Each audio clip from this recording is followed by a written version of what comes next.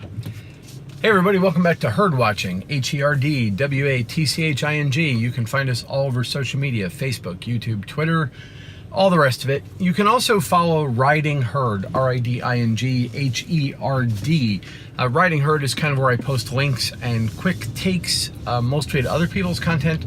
Herd Watching generally is content that's all of my own.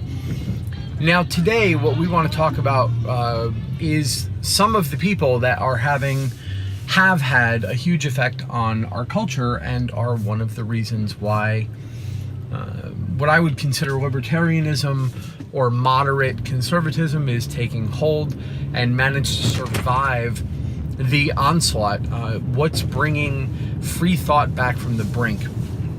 If you've watched my previous videos, you know that I'm of the opinion that we were very close to the end of free thought in the United States, that we were getting incredibly close to a sort of cultural Marxist domination of not only the media and the culture as it stood, but also they were on the edge of making it unthinkable to challenge some of their truths on this, and we would have gone for decades having to climb out of that intellectual hole the way they have in other places where one group has managed to rise up and suppress all opposing thought and label anyone who didn't agree with them as a heretic or a racist or race traitor. You're welcome to pick whatever the terminology of the time would be, but essentially it means thinker of unthinkable thoughts, right? So the Soviet Union was big on this. Leftists as a whole are really big on this.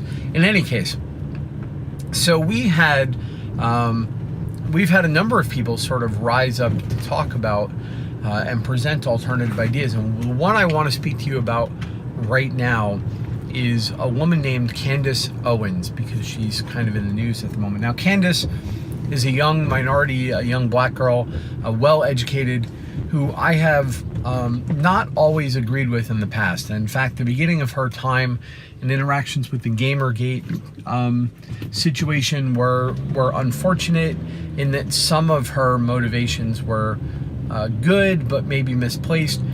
But to Candace's credit, when it became clear that her tactics, the things she was going to be advocating for at the time, were actually antithetical to the things that she came to believe, she changed. And that's all you can really ask of anybody. Gather evidence and then make a change when the evidence shows you that the way you're acting or the things you're thinking are not in accordance with your values and morals. There's not anything else that you can ask of someone. In any case, Candace is a young woman who was recently retweeted by Kanye West. Now, Kanye I don't care about as far as I can throw him as a thinker, but it's unquestionable that Kanye commands a massive minority audience. And for Kanye West to say, and I believe the exact quote is, "I like the way Candace Owens thinks," it threw the left completely for a loop, because what Candace Owens thinks is that minorities do not owe unblinking allegiance to any particular political dogma, including the Democrats and the left. And that is the current unthinkable thought. The truths of our society is that if you are a minority, that you are a victim beset on all sides by a world that hates you, and that only the Democratic Party of the United States and or the communist parties in other places stand up for you and are your bulwark between you and the nightmare at your door. That the Democratic Party has managed to instill itself in the minds of minorities as their protector, when everything that they need to be protected from is and has been inflicted upon them by the Democrats and the people that believe what Democrats believe, is astounding. And that they can maintain that position in the minds of minorities in a world where everywhere the Democratic Party is in control, minorities are worse off than they are at any other place in the nation. Again, one of the greatest mental indoctrination coups of the modern era. You can, and people have written textbooks around how you basically frame for an entire population your domination of them and have them look up to you as their protector. So Candace Owens simply challenges this. Now, Candace Owens believes that it's more than that. She believes that the Democratic Party is still actively evil, that communism and socialism are tools of oppression that are used by a minority to control the population around them, and that they're doing this to the minorities. But that's not really what Candace Owens is talking about right now. All Candace Owens really asks people now is look at your assumptions, challenge them, and see if they're backed up by reality. You believe the Democrats have your best interest in heart? Great. Take an actual look at Democratic policies and see if they work for you. You believe that the Democrats are your protector? Then look at the places where the Democrats were in power and see if you're more or less protected. You think the Democrats are your path to prosperity? Is that true? Is socialism your path to prosperity? Or is it possible that capitalism is? All Candace Owens is really saying right now is that if you're a minority, you do not have to unthinkingly support the Democratic Party just because they tell you to.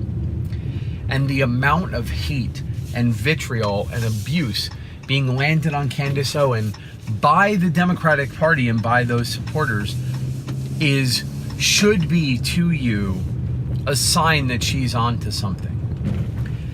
Anytime someone who's not advocating violence, and she's not, who's not advocating genocide, and she's not, anytime anyone who dares to speak and you're basically taught that you shouldn't listen to them, that the words they're saying are so dangerous inherently that they must be shut down, when a young minority woman can stand up and speak and be called by rich white men, and you know I hate identity politics, but the optics of this are so delicious, it's impossible not to comment on, that a bunch of rich white men will call a black woman, a young black girl, every racial term they can think of, every racially and woman-charged abuse, when they can call her a bedwench, when they can call her a black whore, when they can call her these things with impunity and do so in the name of fighting racism, you know that they are terrified. And if there's one thing the left is terrified of right now, it's minorities realizing that maybe they don't have to be victims. And maybe their salvation does not come from continued unblinking loyalty to the same party that put them there and works every day to keep a boot on their neck to keep them down.